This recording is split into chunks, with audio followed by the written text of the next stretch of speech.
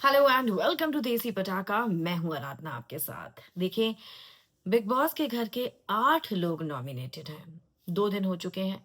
Voting trend में बड़ा बदलाव आ चुका है।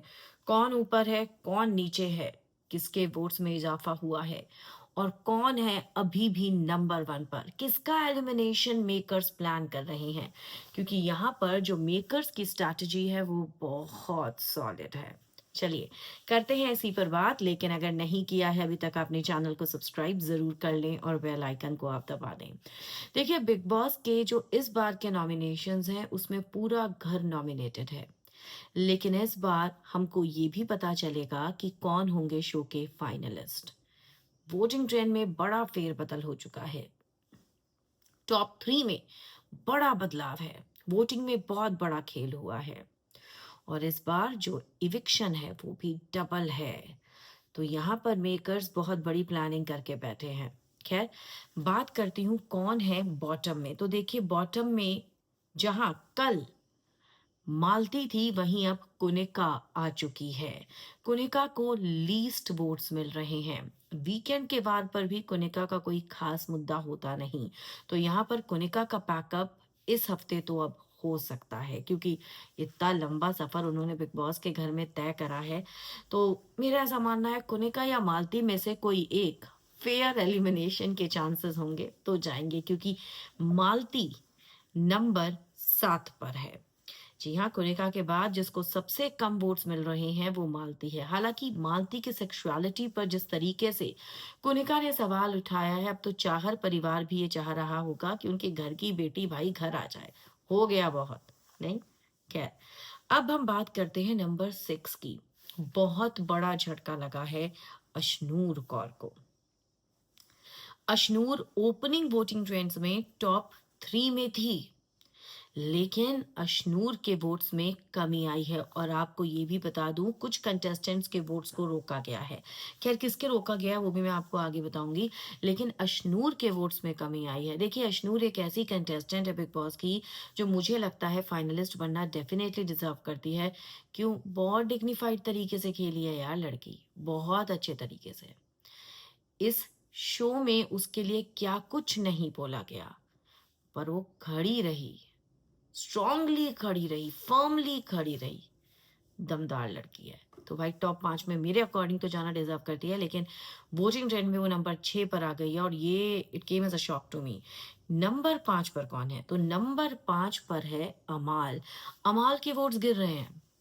अगर हम अमाल के वोट्स देखें तो उसकी वोट्स की परसेंटेज कम होती जा रही है। और अमाल, जो कि पहले टॉप 4 में था, नंबर 5 पर आ चुका है। और आपको ये भी बता दूं, हो सकता है अशनूर 5 में पहुंच जाए और अमाल अशनूर के भी नीचे चला जाए, क्योंकि बहुत कमी आई है अमाल के वोट्स में। अमाल बहुत नेगेटिव भी दिख रहा है शो में।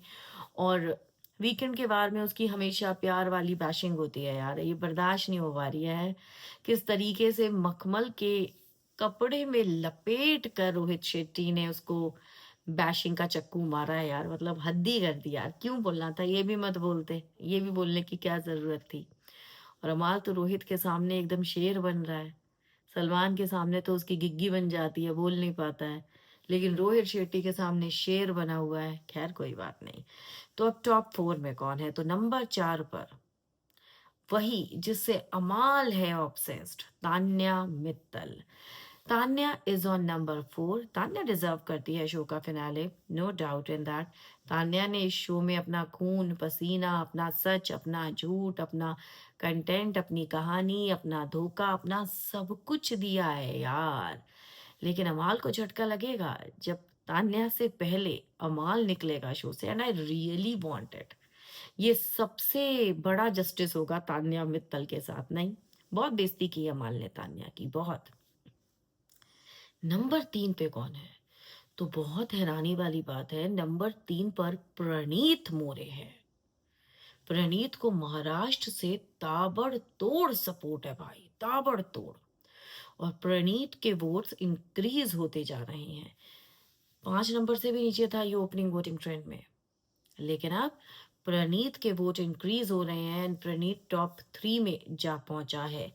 टॉप 2 में कौन है? तो अभी भी नंबर 2 पर फरहाना है। नंबर 1 पर गौरव है। नंबर 1 की पोजीशन से गौरव खन्ना को अभी तक कोई नहीं हिला पाया है। लेकिन नंबर 2 पर जो फरहाना है, उसके वोट्स में अब कमी आएगी। बॉट्स को ब्लॉक कर दिया है मेकर्स ने, क्योंकि मेकर्स को भी ये जानना है कि आखिर किसके वोट सच आ रहे हैं और किसके झूठे आ रहे हैं।